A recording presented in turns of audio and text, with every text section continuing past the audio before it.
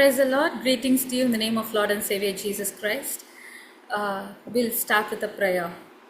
நன்றி இயேசு சுவாமி அப்பா, இந்த பொழுதற்காக உமக்கு கொடான கொடி நன்றி இயேசு சுவாமி அப்பா. உம்மை ஆராதிக்க, உம்மை துதிக்க, உம்முடைய வார்த்தையை நாங்கள் கேட்க கூடி வர வைத்த கிருபைக்காக உமக்கு கொடான கொடி நன்றி இயேசு சுவாமி.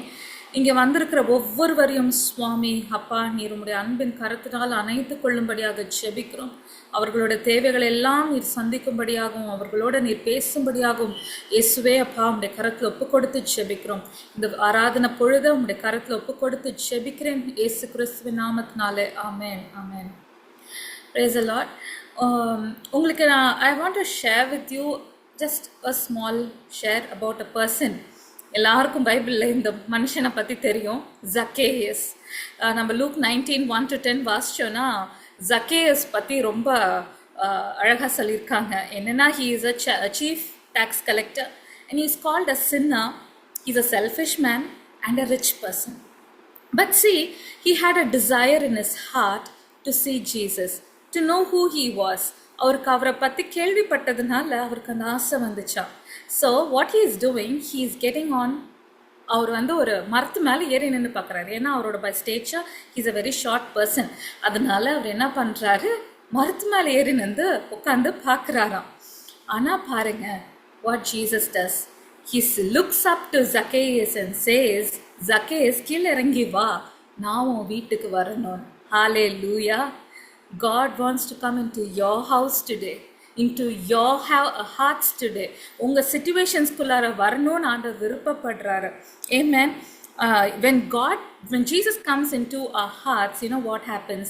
ஜக்கேயஸ் என்ன தெரியுமாச்சு, அவர் வீட்டுக்குள்ளார போனார். இயேசு வரேன்னு சொன்ன உடனே அவரோட இருதயமே மாறிடுச்சு. பாருங்களேன், அவர்கிட்ட இருக்கிற அசட்ஸ், அவர்கிட்ட இருக்கிற சொத்தெல்லாம் ஏழைங்களுக்கு கொடுக்குறேன்னு சொல்கிறாரு. நான் நியாயமாக சம்பாதிச்சதெல்லாம் 4 மடங்கு எல்லாருக்கும் நான் திருப்பி கொடுத்துடுறேன், வாங்கினவங்கிட்டலாம் நான் திருப்பி கொடுக்குறேன் அப்படின்னு சொல்கிறாராம். இதுதான் கர்த்தர் பண்ணுவார். நம்ம இருதயத்துக்குள்ளார வரும்பொழுது, கர்த்தர் வரும்பொழுது நம்ம இருதயத்தை மாற்றுவார். அவரோட இருதயமாக நம்மளை மாற்றுவார். நம்ம ஆண்டவர் revelation 3:20 he says, behold, I stand at the door and knock. ஆண்டவர் நம்மளோட இருதயத்தின் கதவு வாசல்ல நின்று he is knocking and saying, my dear daughter, I want to come to your house. I want to come into your heart. I want to dwell with you. And you know what? உங்களோட situations எல்லாத்துலேயும் ஆண்டரை கூப்பிடுங்களேன். ஆண்டவர் உங்களோட situation எல்லாரையும் மாற்றி போடுவார். ஜக்கேயஸோட ஹார்ட்டை மாற்றின தேவன் உங்கள் ஹார்ட்டை, உங்களோட ஃபேமிலி சிச்சுவேஷன்ஸ், உங்களோட பிஸ்னஸாக இருக்கட்டும், உங்கள் ஒர்க்கில் பிரச்சனையாக இருக்கட்டும், whatever it might be, God will change. And you know what? If anyone hears my voice and opens the door, I will come into him and dine with him and he with me. Hallelujah. நம்மளுக்கு எவ்வளோ ஒரு அருமையான தேவன் நம்மளோடு இருக்கிறார் இல்லையா? Hallelujah. Praise the Lord. Psalm 22:3 says, God wants to dwell in our hearts. You know why? ஹார்ட்ஸ்னா என்ன? நம்மளோட இருதயத்துலேருந்து நம்ம துதி செலுத்துக்கிறோம் இல்லையா? அப்போ ஆண்டவர் நம்மளோட இருதயத்தில் நம்ம துதிகள் மத்தியில் தான் ஆண்டவர் வாசம் செய்கிறாராம். But you are holy, enthroned in the praises of Israel. Hallelujah. Enthronedனா it's a place where sovereignty and divinity, அவங்க ஒரு கிரேஸ் இருக்கு, ஒரு வல்லமை இருக்கு. ஆண்டவர் அங்கே டுவெல் பண்ணும்போது. ஆமென். Now we are going to together we are going to praise God and worship God. நம்ம எல்லாரும் இயேசுவே நீங்க வாங்க, என்த்ரோன் ஆவுங்க, என்னோட இருதயத்துல என்த்ரோன் ஆவுங்க ஆண்டவரே. Come into my heart and dwell with me. Enthrone your heart, enthrone in me, oh Father அப்படின்னு சொல்லி நம்ம ஆண்டவரை நம்ம துதிக்க போறோம். Hallelujah. Amen. வாங்க எல்லாரும் சேர்ந்து பாடுவோம். உங்க நாமம் உயரணும், இன்று மேன்மை அடையணும், பாடுவேன் பாடுவோம் ஹல்லேலூயா. உங்க நாமம் உயரணும், இன்று மேன்மை அடையணும், பாடுவேன் பாடுவோம் ஹல்லேலூயா. ஹல்லேலூயா ஹல்லேலூயா Hallelujah, hallelujah, Yahweh, hallelujah. யாவே ஆலேல் ஹalleluya. பெருங்காற்றும் அடங்கி போகும், எக்கடலும் வழி திறக்கும். உங்க நாமம் உயர்த்தும் போது கண்மலையும் கரைந்து போகும்.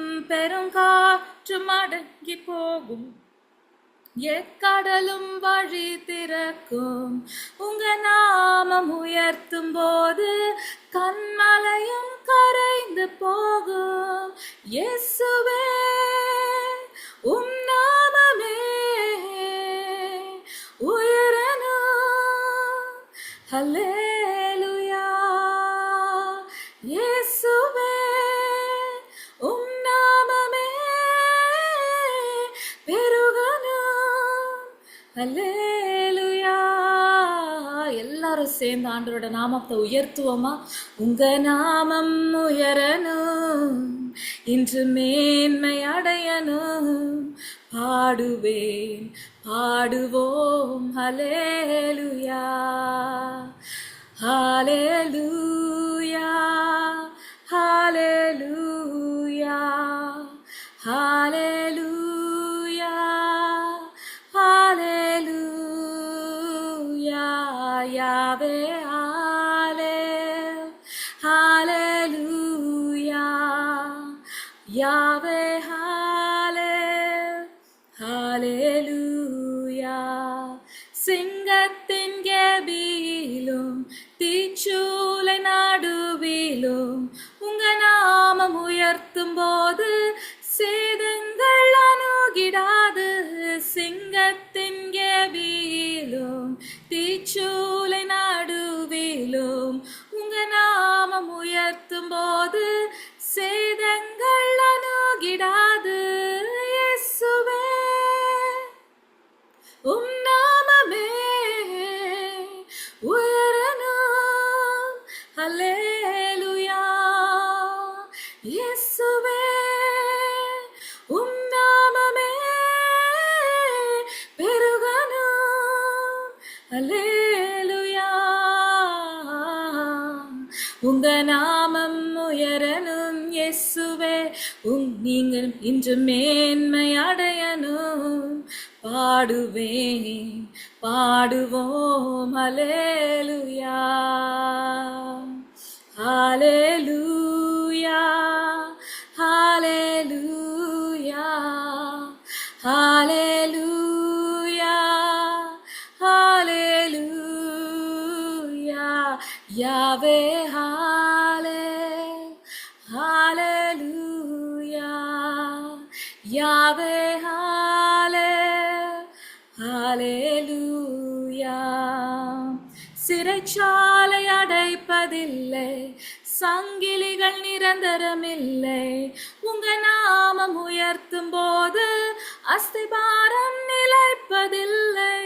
சிறைச்சாலை அடைப்பதில்லை, சங்கிலிகள் நிரந்தரமில்லை. உங்க நாமம் உயர்த்தும் போது அஸ்திபாரம் நிலைப்பதில்லை. எல்லாரும் சேர்ந்து சொல்லுங்க. இயேசுவே உம் நாமமே உயரணும். ஹல்லேலூயா. இயேசுவே உம் நாமமே பெருகணும். ஹல்லேலூயா. உங்க நாமம் உயரணும், இன்று மேன்மை அடையணும். பாடுவேன் பாடுவோம் ஹல்லேலூயா. Let's all say together. உங்க நாமம் உயரணும். இயேசுவே உங்க நாமம் உயரணும் சுவாமி, இன்று மேன்மை அடையணும். பாடுவேன் பாடுவோம் ஹல்லேலூயா. ஹல்லேலூயா ஹல்லேலூயா ஹalleluya. ஹalleluya. யாவே ஹalleluya. யாவே ஹalleluya. Thank you, Jesus. We praise you, Lord. Hallelujah. எல்லாரும் வாயை திறந்து இயேசுவை துதிங்க. துதிங்க. இயேசுவே உம்மை துதிக்கிறோம் சொல்லுங்க. Lord, we praise you, Lord Jesus. You are enthroned in all praises, O Father. We praise you, O Father. Hallelujah. Hallelujah. Thank you, Jesus, for you are holy. You are holy, Appa. நீர் பரிசுத்தர். நீர் பரிசுத்தர். நீர் பரிசுத்தர். நீர் பரலோக ராஜா. நீர் சிங்காசனத்தில் வீற்றிருக்கும் தேவாதி தேவன் சுவாமி. Hallelujah. Sing. Forever you will be the Lamb upon the throne. We gladly bow to thee and worship you, O Lord. சிங்காசனத்திலே வீற்றாழும் ராஜனே, வணங்கி போற்றியே உம்மை ஆராதிப்போம். எல்லாரும் பாடுவோம். சிங்காசனத்திலே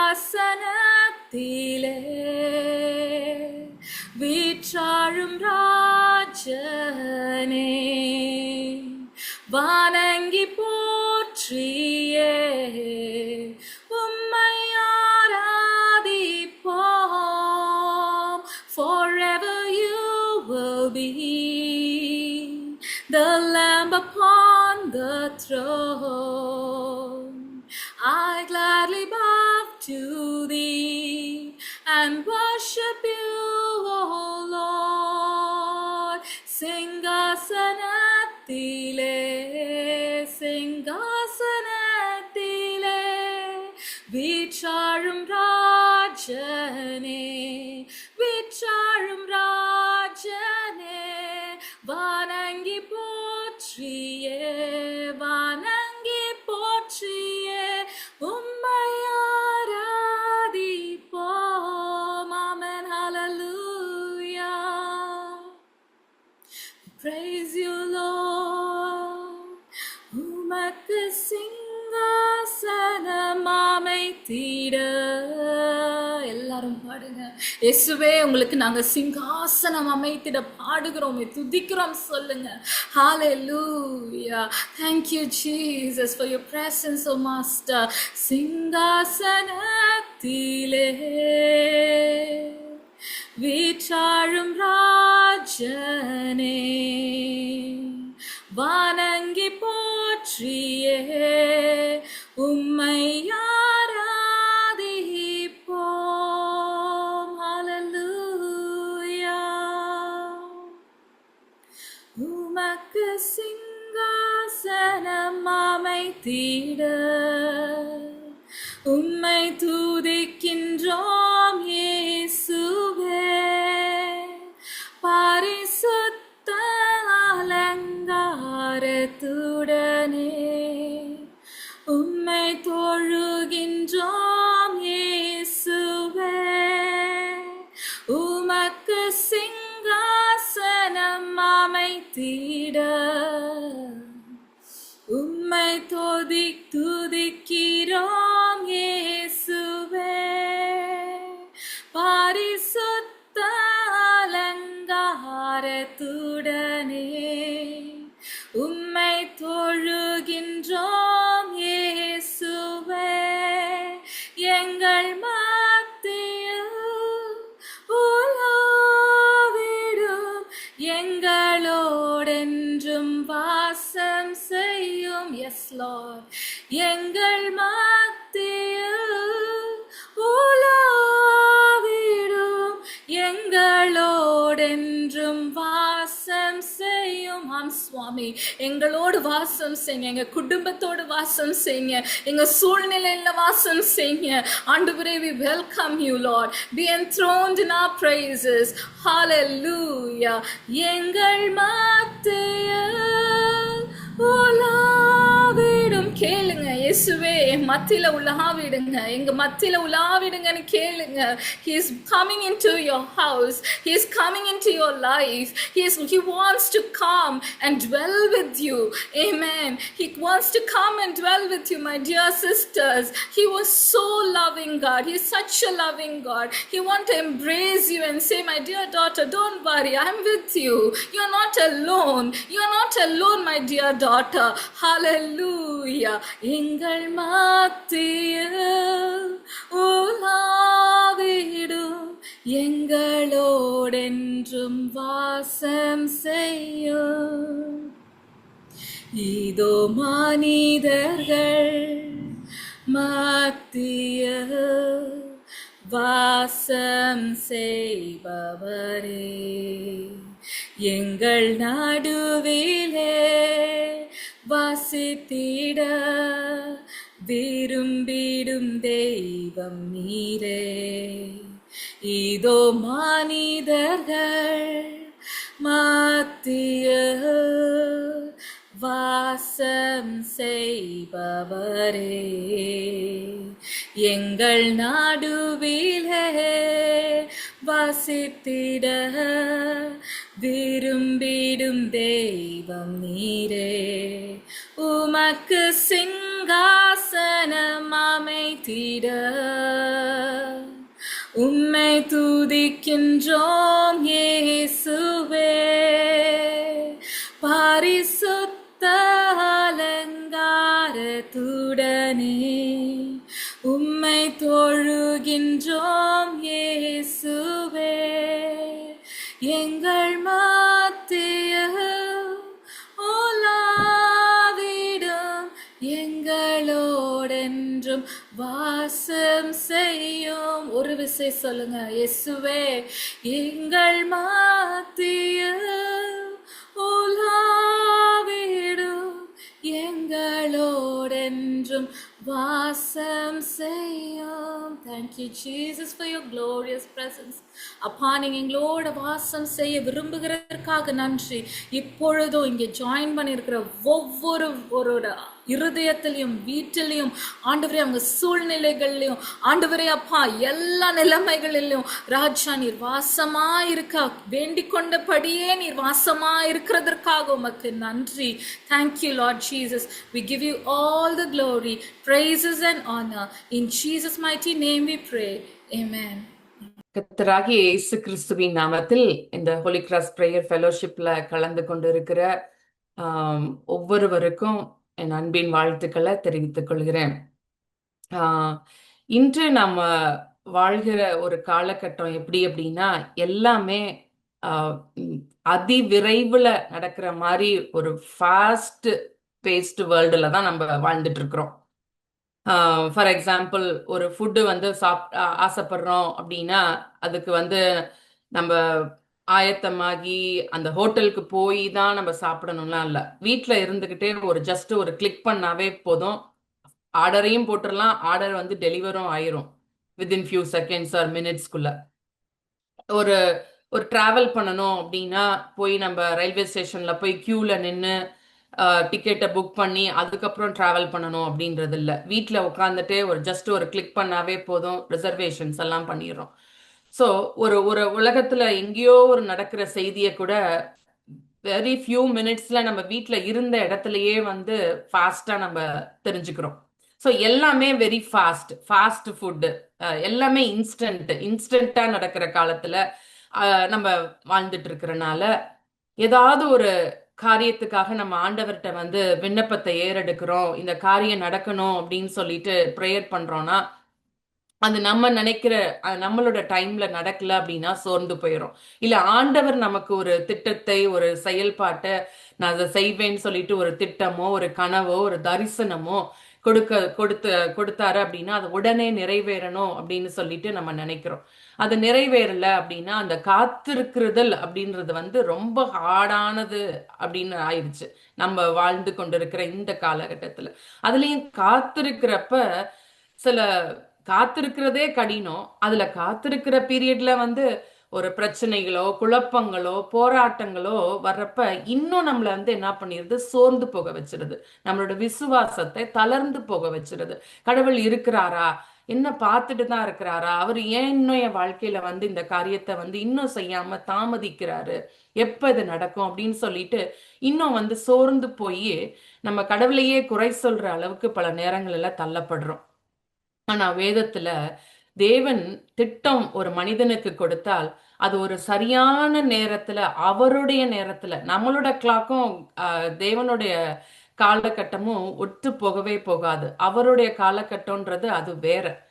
சோ அவருடைய காலகட்டத்துல தேவன் எப்படி பல காரியங்களை பல மனிதர்களுடைய வாழ்க்கையில நிறைவேற்றினாரு, எப்படி மகா பெரிய செயல்கள் அற்புதங்களை அதிசயங்களை நடத்தினான்னு பல ஆஹ், உதாரணங்கள் பார்க்க முடியும். இன்றைக்கு நான் உங்க மத்தியில ஆஹ், உதாரணமா வைக்க போகிற ஒரு நபர், he's a man of character.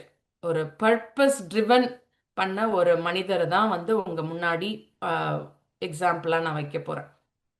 அதுக்கு ஆதாரமாக தேவன் கொடுத்த ஒரு வசனம். இந்த வசனம் இன்ற நம்ம சூழ்நிலையில தா ஒரு சோர்ந்து போன உள்ளத்தோட இந்த இந்த மெசேஜை நீங்க கவனிச்சிட்டு இருக்கலாம்.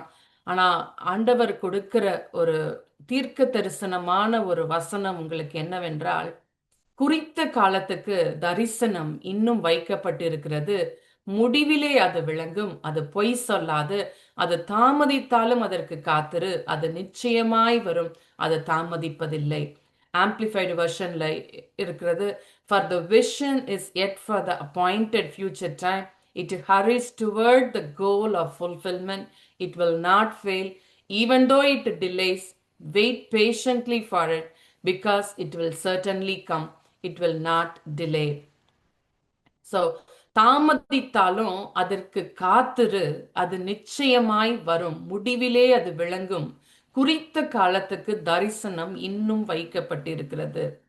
இன்று நம்ம வாழ்க்கையில பல காரியங்கள் தாமதமாகிறதே என்று சொல்லி நம்ம கலக்கத்தோடு இருக்கலாம். ஆனா ஆண்டவர் சொல்லுகிறார், when the time is right, I the Lord will make it happen. I the Lord will make it happen சொல்லிட்டு சொல்றார். எப்படி கர்த்தர் யோசேப்புடைய வாழ்க்கையில சரியான நேரத்துல அவரோட திட்டத்தை நிறைவேற்றினார் என்பதை நம்ம பார்க்க போறோம். அதற்கு முன்பதாக யோசேப்பை பத்தி நம்ம எல்லாரும் கேள்விப்பட்டிருப்போம். அவருக்கு பேரே என்னது, சொப்பனக்காரன். அவனுக்கு ஒரு சொப்பனம் கண்டுட்டு அதை போய் என்ன பண்றான், சகோதரர்கள்ட்ட சொல்றார். என்ன சொப்பனம் கண்டாரு அப்படின்னா, அரிக்கட்டுகள் எல்லாம் கட்டி கொண்டு இருக்கிற இப்ப என்னோட அரிக்கட்டு நிமிர்ந்திருந்தது, நீங்கள் எல்லாம் என்னை சூழ்ந்தி வழங்கி இருந்தீங்க. இன்னொரு சொப்பனத்துல சொல்றாரு, சூரியனும் சந்திரனும் 11 நட்சத்திரங்களும் என்னை வணங்கி கொண்டிருந்ததை நான் பார்த்தேன் அப்படின்றார். இந்த சொப்பனம் ஏன் கொடுக்கப்பட்டது அப்படின்னு பார்த்தோம்னா, தேவனுடைய திட்டம் நிறைவேறுவதற்காக அவனுடைய வாழ்க்கையில இந்த சொப்பனம் கொடுக்கப்பட்டது. தேவனுடைய திட்டம் என்ன அப்படின்னா, ஒரு பெரிய பஞ்சம் வரப்போகுது. எகிப்தும் அதை சுற்றில உள்ள தேசங்கள் எல்லாம் பஞ்சம் வரப்போகுது. அந்த பஞ்சம் வரப்ப இஸ்ரவேல் மக்கள் அழிந்து போகாமல் உயிரோடு காக்கப்பட வேண்டும் என்று தேவனுடைய திட்டம். அதற்கு ஒரு மனிதன் வேணும், ஒரு இரட்சகன் வேணும். அந்த நோக்கத்திற்காக யோசேப்புக்கு இந்த கனவு கொடுக்கப்பட்டது. இன்று நம்மளுடைய வாழ்க்கையில நம்ம உயிரோட இருக்கிறோம். எத்தனையோ பேரு நம்மளுடைய நல்லவர்கள் பல பேரு இந்த உலகத்தை விட்டு கடந்து போயிருக்கிறப்ப நம்ம இன்றைக்கு உயிரோட இருக்கிறோம் அப்படின்னா, தேவன் நம்மை குறித்து ஒரு திட்டம் செயல்படுத்தணும்னு சொல்லி வச்சிருக்கிறார். அந்த திட்டம் நிறைவேறுவதற்கு காலம் தாமதம் ஆவதை போல நாம ஃபீல் பண்ணலாம். ஆனா அவருடைய காலகட்டத்துல அது சரியா நடக்கும், நேர்த்தியா நடக்கும். அது ஒரு பெரிய ஆசிர்வாதமாக முடியும் என்று இன்று நான் உங்க மத்தியில அதை சொல்றேன். இன்று யோசேப்புக்கும் கனவு கொடுக்கப்பட்டது எதற்காக அப்படின்னா, பஞ்சத்துல அவரோட மக்களை உயிரோட காப்பதற்காக யோசேப்பு எகிப்துக்கு போக வேண்டும். அதுதான் காடோட பிளான். அந்த பிளானுக்காக ஒரு சொப்பனம் அவனுக்கு கொடுக்கப்படுகிறது. அது எப்படி நிறைவேறுது, அந்த சொப்பனம் வந்து உடனே நிறைவேறுச்சா, அது எவ்வளோ நாள் ஆச்சு, அந்த சொப்பனம் நிறைவேற வெயிட்டிங் டைம்ல வந்து யோசேப்பு என்னென்ன ஸ்டேஜஸ் எல்லாம் கடந்து போனாரு, எப்படி நிறைவேறுச்சு, அப்ப அவரோட கேரக்டர் எப்படி இருந்தது அப்படின்றது தான் நம்ம இன்னைக்கு மெசேஜ்ல நம்ம பார்க்க போறோம். சோ கனவு என்னன்னு பார்த்துட்டோம். இந்த கனவு என்ன பண்றாரு, தனக்குள்ள வச்சுக்கிட்டாரா, இல்ல அப்பா கிட்ட மட்டும் சொன்னாரா, இல்ல சகோதரர்கள்ட்டையும் சொல்றார். அங்கதான் பிரச்சனையே ஸ்டார்ட் ஆகுது. சோ சகோதரர்கள் என்ன பண்றாங்க, பொறாமப்படுறாங்க, எரிச்சல் படுறாங்க. இன்னைக்கு கூட நம்ம ஒரு பிளானை வந்து நமக்கு கடவுள் வந்து ஒரு திட்டத்தை கொடுத்தாரு, ஒரு பிளெஸ்ஸிங்கை கொடுக்க போறேன்னு ஒரு ப்ராமிஸ் கொடுத்துருக்காருன்னா நம்ம போய் என்ன பண்ணுவோம், நமக்கு தெரிஞ்சவங்கள்ட்டையோ ஃப்ரெண்ட்ஸ்டையோ இல்ல வீட்டார்கிட்ட எல்லாத்தையும் நம்ம ஷேர் பண்ணுவோம். ஆனா அதுவே வந்து யோசேப்புக்கு ஒரு பிரச்சனையா மாறுது. சோ சோ இந்த சகோதரர்கள் எல்லாம் ஒரு நாள் ஆடுகளை மேய்த்து கொண்டிருக்கிறாங்க.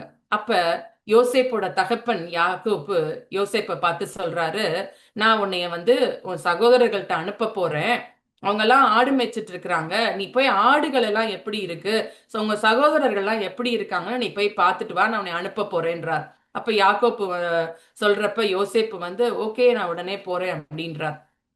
அப்படி போயிட்டு இருக்கப்ப எஃப்ரோன்ல இருந்து சீகேமுக்கு போயிட்டு இருக்காரு. இப்படி வந்துட்டு இருக்கிறப்பே தூரத்திலேயே வந்து சகோதரர்கள் வந்து அந்த பாத்துடுறாங்க, ஆகா சொப்பனக்காரன் வரான், இவன் இவன் வந்து பெரிய சொப்பனம் கண்டதா நம்மகிட்ட எல்லாம் சொல்லிக்கிட்டானே, நம்மெல்லாம் இவனை வணங்குற மாதிரி சொப்பனம் கண்டேன்னு சொல்றானே, இவனையே நம்ம க்ளோஸ் பண்ணிட்டா எப்படி சொப்பனம் நிறைவேறுதுன்னு பார்க்கலாம் அப்படின்னு சொல்லிட்டு ஆள் ஆளுக்கு ஒரு பிளான போடுறாங்க.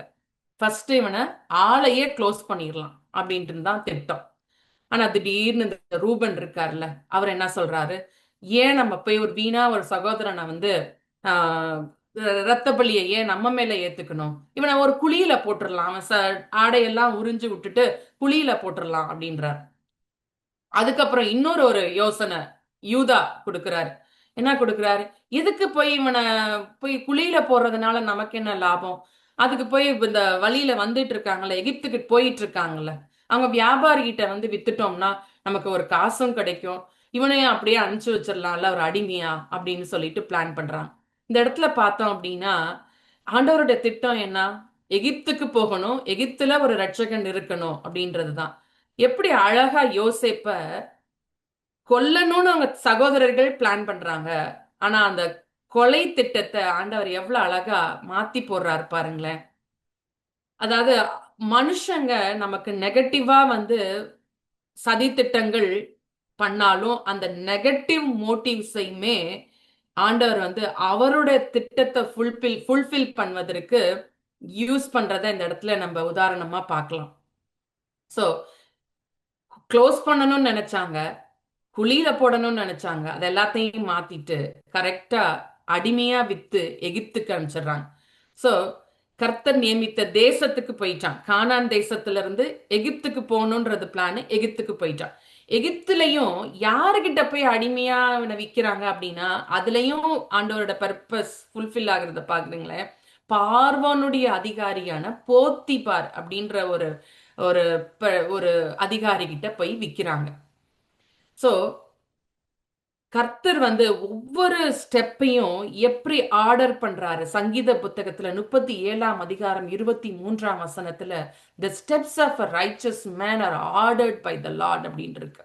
ஸோ நான் கர்த்தர் வந்து ஒரு அடுத்த ஸ்டெப் நம்ம எங்க எடுத்து வைக்கணும் அப்படின்றத வந்து அவருடைய பிள்ளைகளுக்கு அவர் தீர்மானிக்கிறார். அவர் அடுத்த ஸ்டெப் அவர் தான் தீர்மானிக்கிறார், அவர் தான் ஆர்டர் பண்றார். இந்த இடத்துல எப்படி வந்து ஆர்டர் பண்ணி கரெக்டா யோசேப்பு வந்து எகிப்துக்கு போறாரு, எகிப்துலயும் கரெக்டா பார்வோனுடைய அதிகாரி வீட்டுல அடிமையா போறாரு. சோ எவ்வளவு அழகா கொண்டு போறாரு பாருங்களேன் இந்த இடத்துல. அடுத்தது அடிமையா இங்க வந்து இருக்கிறாரு இப்ப இந்த சூழ்நிலை. சோ அவர் அதிகமா நேசிச்ச தகப்பன் கூட இல்ல. தகப்பன் வந்து எப்போதுமே யோசேப்புக்கு ஒரு அழகான பல வர்ண அங்கிகளை போட்டு அழகு பார்த்தார். ஏன்னா அவர் ரொம்ப நேசிச்ச ஒரு மகன் யோசேப்பு.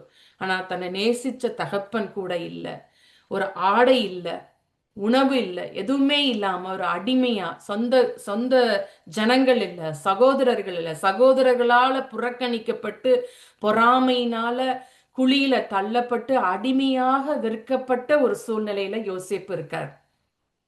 ஆனா யோசேப்பு கூட யார் இல்லாட்டினாலும் வேதம் சொல்லுகிறது கர்த்தர் யோசேப்போட இருந்தார். அவன் காரிய சித்தியுள்ளவனானான். அவன் எகிப்தியனாகிய தன் எஜமானுடைய வீட்டிலே இருந்தான். கர்த்தர் அவனோட இருக்கிறார் என்பதை, அவன் செய்கிற யாவையும் கர்த்தர் வாய்க்க பண்ணுகிறார் என்பதை அவன் எஜமான் காணும்படியாக ஆண்டவர் செய்கிறார்.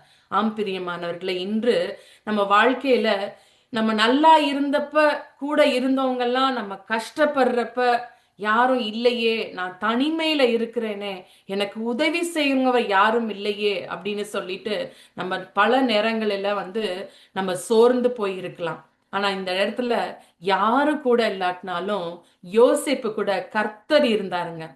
அந்த திட்டத்தை கொடுத்தவர் கர்த்தர். அந்த திட்டத்தை ஃபுல்ஃபில் ஆகுற வரைக்கும் ஒவ்வொரு ஸ்டேஜ்லயுமே கர்த்தர் யோசேப்பு கூடவே இருந்தார்.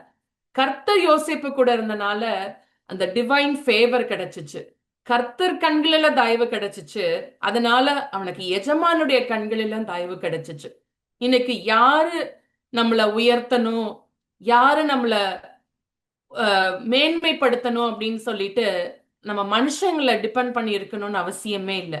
ஏன்னா எந்த மனுஷனையும் உயர்த்துவதற்கு வல்லமையும் மாட்சிமையும் உடையவர் யார் என்றால் கர்த்தர் ஒருத்தர் தான். 1 நாளாகமம் 29:11 கர்த்தாவே, தாவீது சொல்றாரு, அவர் ஒரு பெரிய ராஜா தான். அந்த ராஜாவே என்ன சொல்றாரு பாருங்களேன், மாட்சிமையும் வல்லமையும் மகிமையும் ஜெயமும் மகத்துவமும், ஒரு பெரிய லிஸ்ட் பாருங்க. எல்லாமே யாருடையதான்? தேவனுடையது. வானத்திலும் பூமியிலும் எல்லாம் இருக்கிறது எல்லாமே உங்களுடையது. ராஜ்யமும் உங்களுடையது. தேவரீர் தான் எல்லாருக்கும் தலைவராய் உயர்ந்திருக்கிறீங்க.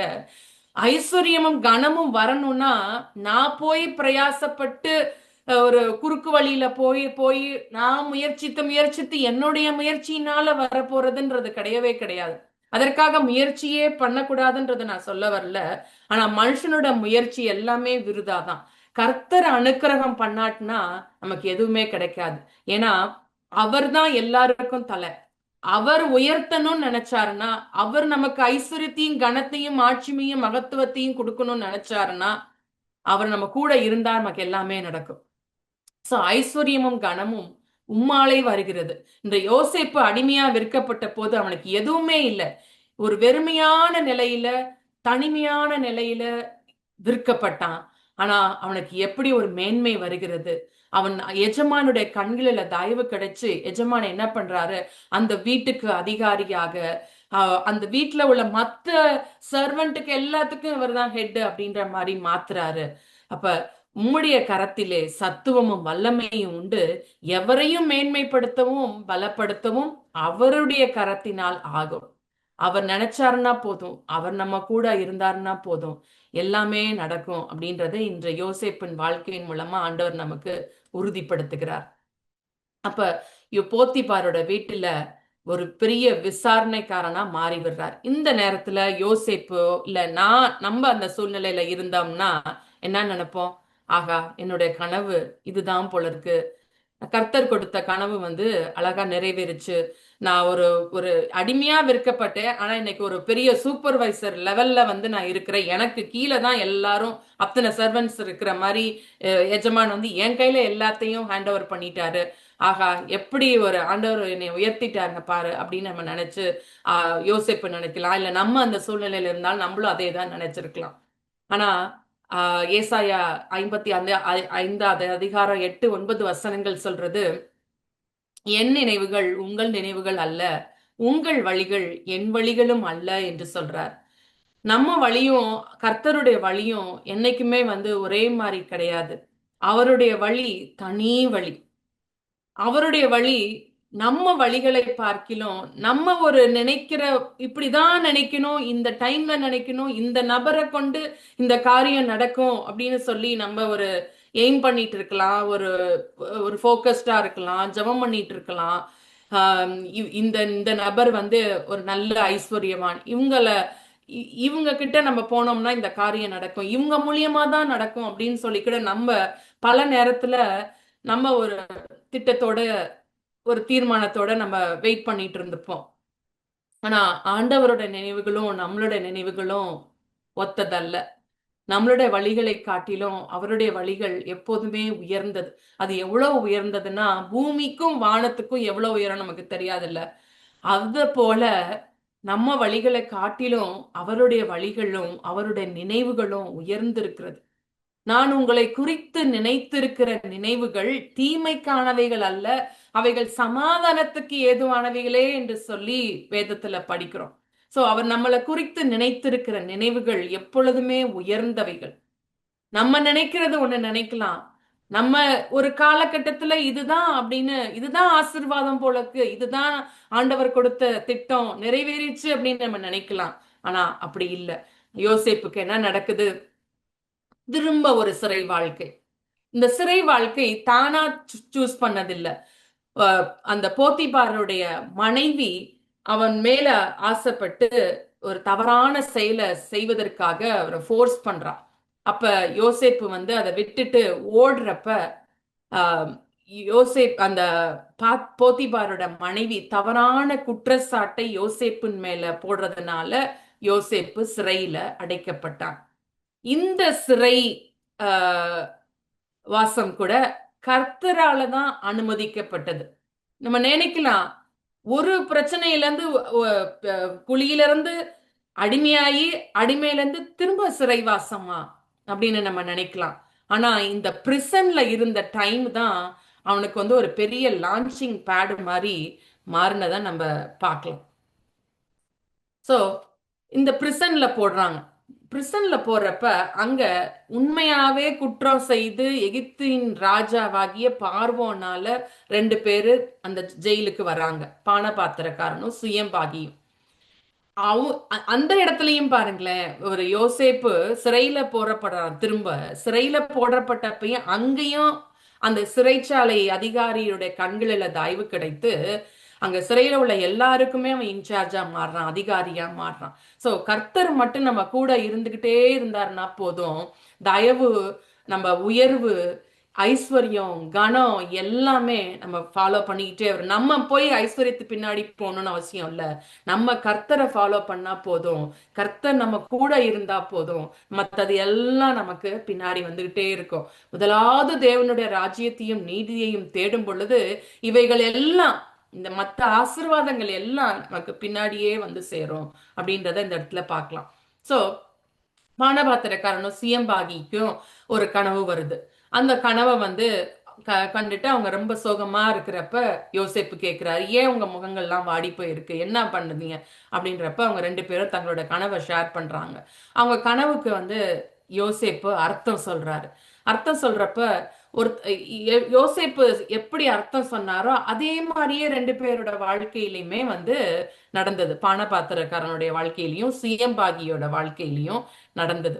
அப்ப நடந்தோடனே நடக்க போறதுக்கு முன்னாடியே சொல்றாரு யோசேப்பு, ஓகே, இந்த மாதிரி நீ நடந்து நீ திரும்ப அரண்மனைக்கே போய் உன் பொசிஷன்ல நீ இருக்கிறப்ப தயவு செய்து என்னை நினைச்சிரு, என் மேல தயவு வச்சு என்னை எப்படியாவது இந்த இடத்துல இருந்து என்னை விடுதலை ஆக்கி, இந்த ஜெயில நான் தேவையில்லாம நான் மாட்டிட்டு இருக்கிறேன், நான் உண்மையா தப்பு செஞ்சு இந்த ஜெயிலுக்கு வரல, இந்த ஜெயில இருந்து நான் எப்படியாவது விடுதலை ஆகிடணும் அப்படின்னு சொல்லிட்டு ஆஹ் கெஞ்சுறாரு இந்த பானபாத்திரக்காரன்.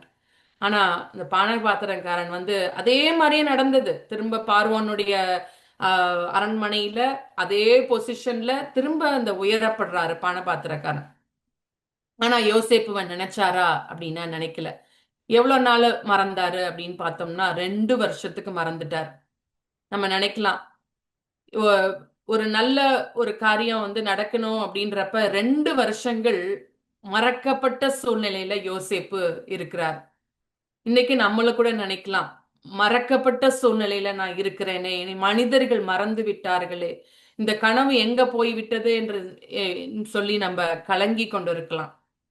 ஆனா 2 வருடம் மறக்கப்பட்டதுக்கும் ஒரு காரணம் இருந்தது. இந்த யோசேப்பு நினைச்ச மாதிரி பானபாத்திரக்காரன் உடனே ரெஸ்டோர் பண்ண உடனே இந்த யோசேப்பை நினைச்சிருந்தா யோசேப்பு வந்து ஜெயில இருந்து தான் வெளியில வந்திருக்க முடியும். ஆனா அந்த 2 வருடம் ஜெயில இருந்ததுனால என்ன நடந்தது, பார்வோனுக்கே ஒரு கனவு வருது. அந்த பார்வோனுக்கு கனவு வர்றப்ப அதுக்கு அர்த்தம் சொல்றதுக்கு யாருமே இல்லையா, இங்க போட்டிருக்கு. யாருமே இல்லாதப்ப அவரு பார்வோன் கலங்கி போய் இருக்கிறாரு. அப்பதான் வந்து இந்த பானபாத்திரக்காரனுக்கு நினைவு வருது, ஆகா நான் மகா பெரிய குற்றம் பண்ணிட்டேன். நான் ஜெயில இருக்கப்ப என்னுடைய கனவுக்கு அர்த்தம் சொன்னாரு, அது அப்படியே நடந்தது. நான் இன்னைக்கு உங்க ராஜா முன்னாடி நான் நிக்கிறேன். அந்த ஒரு எபிரேய பிள்ளையாண்டான் ஒருத்தர் சிறையில இருக்கிறாரு அப்படின்னு சொல்லிட்டு அப்பதான் வந்து நினைவுக்கு வருது. உடனே பார்வோன் வந்து யோசேப்புவ தீவிரமா, அந்த இடத்துல பார்த்தோம்னா தீவிரமா பாருங்களேன், டக்கு டக்குன்னு இப்பதான் வந்து வேகமா வந்து தீவிரமா நடக்குது. பார்வோன் யோசேப்பை அழைப்பித்தான், தீவிரமாய் வந்து பார்வோனுக்கு கொண்டு வரப்பட்டான். அப்ப பார்வோன் சொல்றாரு, நான் ஒரு கனவு கண்டேன், அந்த அர்த்தத்தை சொல்றதுக்கு யாருமே இல்ல. ஆனா நான் உன்னை குறிச்சு கேள்விப்பட்டேன், நீ வந்து பானபாத்திரக்காரனுக்கு அர்த்தத்தை விளக்கி சொன்ன போது அதே மாதிரி நடந்தது, அதனால நான் உன்கிட்ட சொல்றேன் அப்படின்னு சொல்லிட்டு கனவை சொல்றாரு. அப்ப கூட யோசேப்பு வந்து ஒரு மேன்மையா அதை வந்து எடுத்துக்கல பாருங்களேன். பார்வோன் வந்து யோசேப்பை நோக்கி தே கனவை வந்து சொல்றாரு. கனவை சொன்னோன்ன யோசேப்பு வந்து அந்த கனவுக்கு என்ன அர்த்தம் அப்படின்றத வந்து பார்வோனுக்கு விளக்கி சொல்லிட்டு, இந்த கனவு இந்த ஒரு நோக்கத்துக்காக தான் உங்களுக்கு பார்வோன் ராஜாவே உங்களுக்கு கொடுக்கப்பட்டது. ஒரு பெரிய பஞ்சம் வரப்போகுது, இந்த பஞ்சத்துல வந்து 7 வருஷம் நல்ல செழுமை இருக்கும், 7 வருஷம் பஞ்சம் வரப்போகுது. அதுக்கெல்லாம் ஒரு விவேகமான ஒரு ஆளை நீங்க வந்து ரெடி பண்ணிக்கிட்டு ஒரு நல்ல மேனேஜ் பண்ற ஒரு திறமையுள்ள விவேகமுள்ள ஞானமுள்ள ஒரு மனுஷனை நீங்க சூஸ் பண்ணி இதுக்கெல்லாம் ஒரு இன்சார்ஜா போட்டுருங்கன்னு அட்வைஸ் கொடுத்துட்டார், யோசேப்பு கொடுத்துட்டார். உடனே பார்வோன் என்ன செய்யறாரு, நீ இவ்வளோ பெரிய கனவுக்கு அர்த்தம் சொல்லி ஒரு விவேகமுள்ள ஞானமுள்ள ஒன்ன தவிர வேற யாரும் இல்ல, தேவன் வந்து இதை எல்லாத்தையும் உனக்கு வெளிப்படுத்தி இருக்கிறாரு, இந்த அர்த்தத்தையே நீதான் சொன்ன, உன்னை விட வேற யாரு விவேகமுள்ள ஞானமுள்ள மனுஷன் இருக்க முடியும், நீதான் என் அரண்மனைக்கு அதிகாரின்னு சொல்லிட்டு அந்த நேரத்துல பார்வோன் வந்து யோசேப்ப உயர்த்துறாரு. அப்ப எங்க எங்க இருந்து எங்க வந்தது பாருங்களேன். பிட்டுல இருந்தாரு, பிட்ல இருந்துட்டு ஸ்லேவ் ஆனாரு, ஸ்லேவ்ல இருந்து ஸ்டுவர்டா மாறினாரு, திரும்ப பிரிசனுக்கு போனாரு, திரும்ப எங்க வந்துட்டாரு, பார்வோனுடைய கரெக்டான பிளேஸுக்கு. ஃபர்ஸ்ட் எகிப்துக்கு வந்தாரு, எகிப்துல பார்வோனுடைய அதிகாரி வீட்டுல கொண்டு வந்தாரு. அடுத்த இடத்துல எங்க கொண்டுட்டாரு, 3rd ஸ்டேஜ் பார்வோனுடைய அரண்மனைக்கே கொண்டு வந்து ஆண்டவர் வந்து நிறுத்திட்டாரு. அப்ப பார்வோன் சொல்றாரு, நீ தான் என் அரண்மனைக்கு அதிகாரி, சிங்காசனத்துல மாத்திரம்தான் நான் வீற்றிருப்பேன், நீ தான் எல்லாத்தையுமே, எல்லா ஜனங்களும் உனக்கு அடங்கி நடப்பாங்க, நீ கைய தூக்குனா எல்லாம் அசையணும், எல்லாரும் அசைஞ்சு உனக்கு கீழே இருப்பாங்க அப்படின்ற அப்படிப்பட்ட ஒரு பெரிய உயர்ந்த ஸ்தானத்துக்கு கொண்டு வந்து நிறுத்திட்டார். இப்ப அந்த இந்த இந்த இந்த சிச்சுவேஷன் 2 வருஷத்துக்கு முன்னாடி பானபாத்திரன்காரன் உடனே நினைவு கூர்ந்திருந்தா யோசேப்பு பிரிசன்ல இருந்து வெளியில வந்திருப்பார், இவ்வளவு பெரிய ஒரு மேன்மையான ஒரு உயர்ந்த நிலைக்கு கொண்டு வந்திருப்பாரா அப்படின்னா வரல.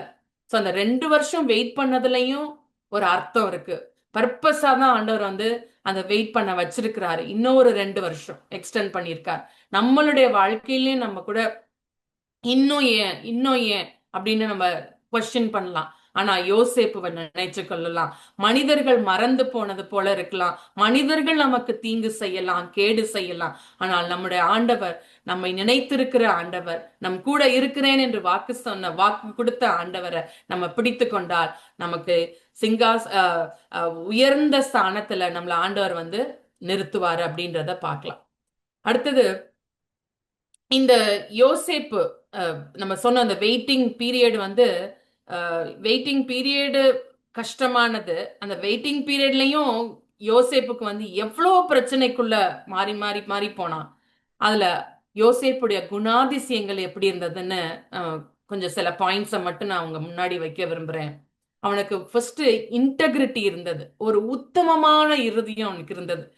போத்திபாருடைய மனைவி அவனை ஃபோர்ஸ் பண்றப்ப, ஒரு தவறான செய்ய ஃபோர்ஸ் பண்றப்ப அவன் உடனே அவன் எல்லாமே அவனுக்கு கண்ட்ரோலுக்கு கீழே இருந்தது.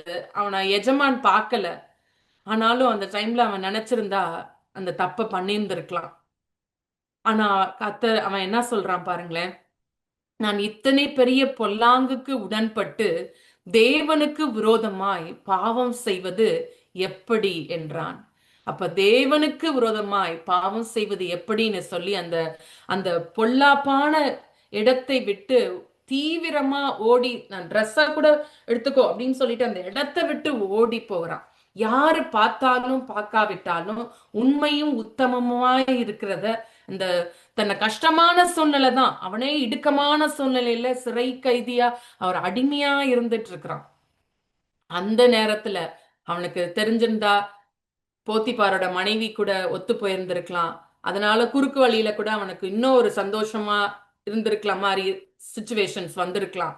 ஆனா அவன் அதை விரும்பவே இல்லை. யாரு பார்த்தாலும் பார்க்காட்டினாலும் நான் கர்த்தருக்கு விரோதமா பாவம் செய்ய மாட்டேன்னு சொல்லி அந்த உத்தம இருதயத்தை இங்க பார்க்க முடியுது. அடுத்தது ஆதியாகமத்துல 42ஆம் அதிகாரம் 18வது வசனத்துல யோசேப்பு, இப்ப அவங்க பஞ்சம், இவர் அதிகாரியா உயர்ந்துட்டாரு இல்லையா, அவனோட சகோதரர்கள் எல்லாம் அதை கேள்விப்படுறாங்க. அவங்க அப்பா வந்து சொல்றாரு யாக்கோப்பு, எகிப்துல ஃபுட்டு கிடைக்கிறதா நான் கேள்விப்படுறேன், இங்க பட்னியா கிடைக்கிறதுக்கு நீங்க போய் எகிப்துல போய் ஃபுட்டை வாங்கிட்டு வாங்க அப்படின்னு சொல்லி அனுப்புறாரு. யோசேப்பு வந்து ரெகக்னைஸ் பண்ணிடுறாரு தன் சகோதரர்கள் தான் அப்படின்னு. தன் சகோதரர்கள்ட்ட தன்னை வந்து எப்படி வந்து இன்ட்ரடியூஸ் பண்றாரு அப்படின்னு பார்த்தோம்னா, நான் தேவனுக்கு பயப்படுகிறவன் அப்படின்னு சொல்லிட்டு. சோ இந்த தேவனுக்கு பயப்படுகிறதுனால எப்படி பெரிய ஆசீர்வாதங்கள் தேவன் நமக்கு வைத்திருக்கிறார் என்று வேதத்துல பல வசனங்கள் இருக்கு. கர்த்தருக்கு பயப்படுகிறவர்களுக்கு எவ்வளவு பெரிய ஆசீர்வாதங்கள். சங்கீதம் 31:14 கூட 14 19 சரியா தெரியல, அதுல தேவன் அவருடைய பயப்படுகிறவர்களுக்காக அவர் உண்டு பண்ணி வைத்திருக்கிற நன்மை எவ்வளவு பெரிதா இருக்கிறது அப்படின்னு இருக்கு. சோ அவருக்கு பயந்தோம் அப்படின்னா நமக்குன்னு ஒரு ஆசீர்வாதம், ஒரு நன்மை, அதை யாராலும் பறிக்கவே முடியாது. இப்ப தேவனுக்கு பயப்படுகிறவன் இவன் தன்னை பத்தி பெருசா நான் ஒரு ஒரு பெரிய பார்வோனுடைய அரண்மனையில நான் ஒரு பெரிய பொசிஷன்ல இருக்கிறேன்னு தன்னை பெரிய இன்ட்ரடியூஸ் பண்ணிக்கல. அவன் எப்படி சொல்றான் பாருங்களேன், நான் தேவனுக்கு பயப்படுகிறவன். சோ அந்த இந்த தேவனுக்கு பயப்படுகிற பயம் வந்து நமக்கு வேணும். எந்த சூழ்நிலையிலும் நம்ம தேவனுக்கு பயப்படுகிற பயம்னா என்ன? பொல்லாப்பை விட்டு விலகுவதே தேவனுக்கு பயப்படுகிற பயம். தீமையை விட்டு விலகுவதே தேவனுக்கு பயப்படுகிற பயம் அப்படின்னு வேதத்துல பல இடங்களில பார்க்கிறோம். அப்ப தேவனுக்கு பயப்படுகிற மனிதனாய் அவன் இருந்தான். அடுத்தது ஃபர்கிவ்னஸ். இந்த இடத்துல நம்மளா இருந்தா ஒரு மேன்மையான நிலைக்கு நம்மள வந்தோன்னா நம்ம என்ன நினைப்போம்? நம்மளுக்கு துன்பம் கொடுத்தவங்கள, நம்மள வந்து பொறாமப்பட்டு நமக்கு கேடு நினைச்சவங்க கிட்ட ஒண்ணு பழி வாங்கணும்னு நினைப்போம். இல்ல நம்ம இப்ப கொஞ்சம் ஒரு நல்ல விசுவாசியா இருந்தா நம்ம என்ன நினைப்போம்? ஓகே, பழி வாங்காட்டினாலும் அவங்க கூட பேசக்கூடாது, அவங்க மூஞ்சில கூட முழிக்க கூடாது, எனக்கு எவ்வளவு கேடு செஞ்சாங்கல்ல அவங்கக்கிட்ட நான் ஏன் பேசணும் அப்படின்ட்டுன்னு பேச்சுவார்த்தையை கண்ட்ரோல் பண்ணுவோம், நிறுத்துவோம்.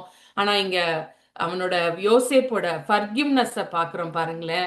அவன் வந்து அவனோட சகோதரர்கள்ட்ட வந்து சொல்றாரு, நீங்க பயப்படாதீங்க, நீங்க கில்ட்டியா ஃபீல் பண்ணாதீங்க, நான் உங்களுக்கு கெடுதல் பண்ணிடுவேன்னு நீங்க பயப்படாதீங்க, கர்த்தர் என்னை இவ்விடத்தில் வரும்படி விற்று போட்டதினால் நீங்கள் சஞ்சலப்பட வேண்டாம், ஜீவ ரச்சனை செய்யும்படிக்கு தேவன் என்னை உங்களுக்கு முன்னே அனுப்பினார். அப்ப எப்படி ஒரு ஒரு ஃபர்கிவ்னஸ் இந்த இடத்துல யோசேப்பு கிட்ட இருந்ததுன்றத பார்க்கலாம். அவன் வந்து ரிவெஞ்ச் பண்ணணும் அப்படின்னு நினைச்சிருந்தா, எடுக்கணும்னு நினைச்சிருந்தா எடுத்திருக்கலாம். அவன் அதுக்கு மாறா அவன் சகோதரர்கள் எல்லாம் தேற்றுறான், நீங்க பயப்படாதீங்க, நீங்க கில்ட்டியா ஃபீல் பண்ணாதீங்க அப்படின்னு சொல்லிட்டு அந்த அந்த ஃபர்கிவ்னஸ் இங்க டெமான்ஸ்ட்ரேட் பண்றத வந்து நம்ம இங்க பார்க்க முடியுது. அடுத்தது அடுத்தது என்ன பார்க்கிறோம்? So patience and waiting on God. இந்த தரிசனம், இந்த சொப்பனம் வந்து யோசேப்புக்கு 17 வயசுல வந்து கொடுக்கப்படுது. ஆனா இந்த பார்வோனுடைய அரண்மனையில ஒரு பெரிய அதிகாரியாக மந்திரியாக உயர்த்தப்படுவதற்கு 30 வயசுல நடக்குது. சோ 13 வருஷங்கள் அவன் எய்தர் வந்து சிறையிலேயோ இல்ல அடிமையாகவோ இப்படிதான் வந்து அவனுடைய காலங்கள் வந்து கழிக்கப்பட்டது. அப்ப பேஷன்ஸா இருந்தான், வெயிட் பண்ணான். தனக்கு சொப்பனம் வந்து நிறைவேறுவதற்கு அவன் குறுக்கு வழியை கையாளல, இல்ல அந்த அந்த வெயிட்டிங் பீரியட்ல அவன் தவறான காரியத்தை செய்யல, தேவனை முறுமுறுக்கல, அவன் தேவனுக்கு பயப்படுகிறவனா இருந்தான், தேவன் கூடவே இருந்தார் அப்படின்றத பார்க்கணும். ஸோ அந்த பேஷன்ஸ் அண்ட் வெயிட்டிங் இது ரொம்ப முக்கியமான ஒரு கேரக்டரிஸ்டிக். நம்ம அடுத்தது ஃபெய்த்ஃபுல்னஸ் இன் ஸ்மால் திங்ஸ். யாருமே கவனிக்காத போதும் யோசேப்பும் போத்திபார் வீட்டிலையும் சிறையிலையும் உண்மையா ஊழியம் செஞ்சான். உண்மையா இருந்தனாலதான், அதாவது சிறிய காரியத்துல நீ உண்மையா இருந்தா பெரிய காரியத்துல உன்னை அதிகாரியா வைப்பேன்னு ஆண்டவர் சொல்லியிருக்காரு புதிய ஏற்பாட்டுல. சோ இவன் சின்ன அடிமையா தான் உள்ள போறான், ஆனா எஜமான் அவனை கண்டு அதிகாரியா மாத்துறாரு. சிறைச்சாலைக்கு சிறை கைதியா தான் உள்ள போறான், அங்க சிறைச்சாலை தலைவர் அவனை பார்த்து அவனை என்ன பண்றாரு, சிறைச்சாலைக்கு அதிகாரியா மாத்துறாரு. அப்ப யாரு கவனிச்சாலும் கவனிக்காட்டினாலும் அவன் எல்லா இடத்துலயும் உண்மையா ஊழியம் செஞ்சான். சோ கொஞ்சத்துல நம்ம உண்மையா இருக்கப்ப ஆண்டவர் வந்து நம்ம பெரிய காரியத்துல நம்மள உயர்த்துவாரு அப்படின்றத இந்த இடத்துல பார்க்கலாம். அடுத்தது அவனுக்கு இருந்த அந்த ஹியூமிலிட்டி, அந்த ஹம்பிள்னஸ் பாக்குறோம். பார்வோன் வந்து கேள்விப்பட்டு தன்னுடைய சொப்பனத்தை அறிவிக்கிறதற்காக யோசேப்புவை சிறையிலிருந்து கொண்டு வர சொல்றான். அப்ப பார்வோன் சொல்றாரு, நீ நல்ல அர்த்தத்தை சொன்னதா நான் கேள்விப்பட்டேன், என்னுடைய கனவுக்கு அர்த்தத்தை சொல்லு அப்படின்னு சொல்றப்ப அவன் வந்து மேட்டிமையா நினைக்கல. ஆஹா, ஒரு ராஜாவே என்னை கூப்பிட்டு சொப்பனத்துக்கு அர்த்தம் என்னன்னு கேக்குறாரு, அதனால நான் சொல்லிட்டா போச்சு அப்படின்னு நான் சொல்லல. பாருங்களேன், தேவனே பார்வோனுக்கு மங்களமான உத்தரவு அருளி செய்வார்னு சொல்லிட்டு தேவன் அந்த இடத்துல உயர்த்தி பிடிக்கிறான். அவர்தான் எனக்கு கனவுக்கு அர்த்தம் சொன்னாதான் நான் உங்களுக்கு சொல்ல முடியும், தேவன் உங்களுக்கு மங்களமான ஒரு உத்தரவு அள்ளி செய்வார்னு சொல்லிட்டு அந்த இடத்துல தன்னை உயர்த்தாம தேவனை உயர்த்துறாரு. அந்த ஒரு தாழ்மைய வந்து இந்த இடத்துல பார்க்க முடியுது. எல்லாத்துக்கும் மேல பாக்குறப்ப நான் முன்னாடியே சொன்னேன், யோசேப்பு வந்து ஒரு பர்பஸ் ட்ரிவன் லைஃப் தான் வந்து வாழ்ந்தாரு. கடவுளுடைய பர்பஸ், இந்த பிளான் என்ன, எகிப்துல ஒரு ரட்சகனை கொண்டு வந்து நிறுத்தணும், இஸ்ரவேல் ஜனங்கள் பஞ்சத்துல அழிந்து போகாமல் உயிரோட காக்கப்படுவதற்கு ஒரு மனிதன் தேவை, அந்த மனிதனை அது யோசேப்புவா இருக்கணும்னு சொல்லிட்டு பிளான் பண்ணி வச்சுட்டாரு.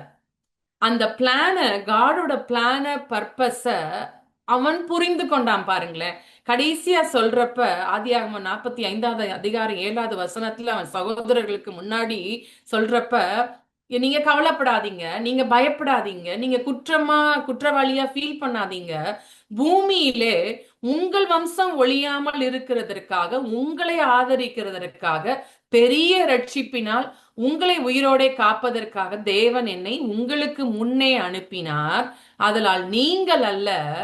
எவ்வளவு அழகா சொல்றாரு பாருங்களேன். ஆனா பிளான், சதி திட்டமெல்லாம் தீட்டி போட்டதெல்லாம் சகோதரர்கள் தான். ஆனா இந்த இடத்துல வந்து காடோட பிளான, பர்பஸ வந்து அவன் மைண்ட்ல மறக்கவே இல்லை. என்ன ஸ்டேஜஸ், எவ்வளோ பாடு உபத்திரவத்தின் வழியா கடந்து வந்தாலும், செய்யாத குற்றத்தை செஞ்சேன்னு சொல்லி சிறைச்சாலையில போட்டாலும், எல்லா நேரங்களிலும் அவன் கர்த்தருடைய பிளான், அந்த பர்பஸ வந்து மறக்கவே இல்லை. அழகா அந்த உயர்வு வந்ததுக்கு அப்புறமும் என்ன சொல்றாரு பாருங்க, நீங்கள் அல்ல, தேவனே என்னை இவ்விடத்துக்கு அனுப்பி என்னை பார்வோனுக்கு தகப்பனாகவும் அவர் குடும்பம் அனைத்திற்கும் கர்த்தனாகவும், ஏன் எகிப்து தேசம் முழுவதுக்குமே அதிபதியாக வைத்தார் அப்படின்னு சொல்லிட்டு அந்த பர்பஸ நினைவு கூர்றாரு. காடோட பிளானோட பர்பஸ்ல வந்து போக்கஸ்டா இருக்கார். இன்றைக்கும் நம்ம இந்த பூமிக்குரிய சிந்தை நமக்கு இல்லாம பரலோக சிந்தையோட தேவன் நம்ம எதற்காக இந்த பூமியில உயிரோட வைத்திருக்கிறார் அப்படின்ற அந்த நோக்கம் என்ன, நம்ம நம்ம பாவத்திலே உழன்று அழிந்து போய் போறதுக்காக நம்ம ஆண்டவர் நம்மளை சிருஷ்டிக்கவில்லை. எல்லாரும் பாவிகள் தான். ஆனா பாவத்தோட மரித்தால் நமக்கு நரகம் நிச்சயம் அப்படின்றது போட்டிருக்கு. பாவத்திற்கு சம்பளம் மரணம். அந்த மரணம்ன்றது வந்து நமக்கு 2 விதமான மரணங்கள் இருக்கு. ஒண்ணு சரீர பிரகாரமா மரணம், அது யாராலையும் தவிர்க்க முடியாது, அது இயற்கையான மரணம். அது எய்தர் ஆண்டவருடைய வருகையில நம்ம போறோம் அப்படின்னா உயிரோட போவோம், இல்லைன்னா மரணத்தை நம்ம ஒவ்வொருத்தரும் சந்திச்சுதான் ஆகணும். அந்த மரணம் ஒரு இயற்கையான மரணம், அதை யாராலையும் தவிர்க்க முடியாது. ஆனா ஆவிக்குரிய மரணம், நித்திய மரணம், அந்த பாவத்திற்குரிய தண்டனை என்னன்னா ஒரு நித்திய மரணம், நரகம். அந்த நித்திய மரணத்துக்கு நம்ம தப்புவிக்கப்படணும். இரட்சகராகிய இயேசுவை நாம் ஏற்றுக்கொள்ள வேண்டும். அந்த பாவ மன்னிப்பை நாம் பெற்றுக்கொள்ள வேண்டும். சிலுவையிலே நமக்காக தேவன் இரத்தத்தை சிந்தினார், அந்த இரத்தம் எனக்காக சிந்தப்பட்டது என்று சொல்லி நாம் அதை அக்னாலேஜ் பண்ணி அவரை நம் சொந்த இரட்சகராக ஏற்றுக்கொள்ளும் பொழுது அந்த தேவனுடைய நித்திய திட்டத்துல நம்ம பங்கேற்கிறோம். அந்த நித்திய ஜீவனை நாம் சுதந்திரித்துக் கொள்வோம். அந்த நித்திய ஜீவனை சுதந்திரித்துக் கொள்ள வேண்டும் என்பதே தேவன் நம்மை குறித்து திட்டமும் தெளிவுமாய் இருக்கிறார்.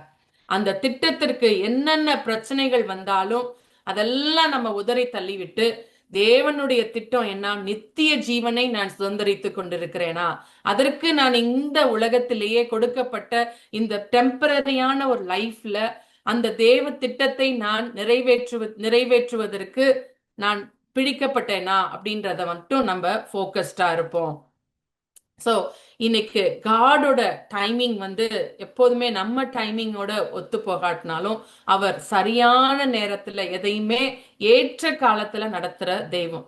He is never too early, never too late, even though it doesn't always feel that way. Sometimes he makes us wait longer because the blessing is bigger. So God's timing is always perfect, even when we cannot see it. அப்படின்னு தான் நான் கடைசியா இந்த செய்தியை உங்கள்கிட்ட முடிக்க விரும்புறேன்.